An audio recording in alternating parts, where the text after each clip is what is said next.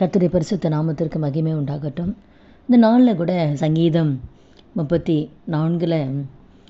18வது வசனம் நாம் பார்க்கும்பொழுது, நொறுங்குண்ட இருதயம் உள்ளவர்களுக்கு கர்த்தர் சவிமாக இருப்பார்.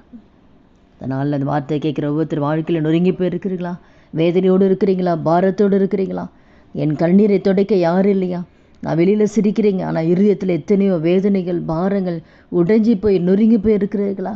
இரவெல்லாம் உங்கள் கண்ணீரால் படுக்கை நினைத்து கொண்டு இருக்கிறீங்களா? கர்த்தர் உங்களுக்கு தான் சொல்கிறாரு, நொறுங்கி போயிருக்கிற உங்களுடைய இருதயத்துக்கு ஆண்டவர் சமீபமாக இருக்கிறார். வேதனையோடு இருக்கிற உங்கள் வாழ்க்கையில் ஆண்டவர் சமீபமாக இருக்கிறார். எந்தெந்த காரியத்தை நிமித்தம் நீங்கள் நொறுங்கி போயிருக்கிறீங்க? பிள்ளைகளை குறித்தா? பிள்ளைகளுடைய எதிர்காலத்தை குறித்தா?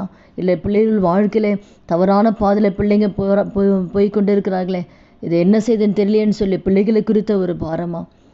இல்லை குடும்பத்தின் தேவைகள், எந்த காரியத்தை குறித்து உங்கள் இருதயம் நொறுங்கி போய் இருக்கிறதோ அந்த காரியத்தில் கர்த்தர் உங்கள் சமீபமாக இருந்து ஆண்டவர் நறுங்குண்ட ஆவியுள்ளவர்களை ரட்சிக்கிறார்.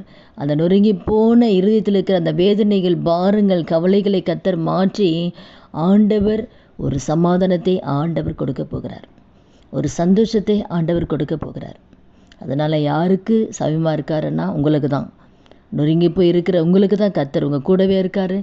நிச்சயமாக உங்கள் வாழ்க்கைக்கு அது எல்லா பிரச்சனைகளும் வேதனைகளும் கர்த்தர் மாற்றி ஒரு சமாதானத்தை ஆண்டவர் கொடுப்பார். உங்கள் கண்ணீரை கர்த்தர் மாற்ற போகிறனால சோர்ந்து போகாதீங்க.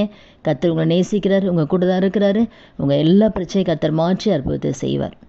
ஜெபிக்கலாமா? துதிகள் மத்தியில் வாசம் செய்கிற நல்ல தகப்பனே, இயேசுவின் நாமத்தில் இந்த சமூகத்தில் வருகிறோம். இந்த வார்த்தை கேட்குற ஒவ்வொருத்தர் வாழ்க்கையில் யாரெல்லாம் நொறுங்கி போய் உடைந்து போய் அன்ற வேதனையோடு பாரத்தோடு கவலையோடு இருக்கிற ஒவ்வொருத்தர் வாழ்க்கையில் நீங்கள் ஆண்டவர் சமீபமாக இருக்கீங்க.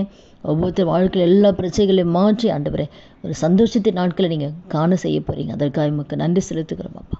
இயேசுவின் நாமத்தில் ஜெபிக்கிறோம் நல்ல பிதாவே, ஆமேன். கர்த்தர் நாமத்துக்கு மகிமை உண்டாவதாக.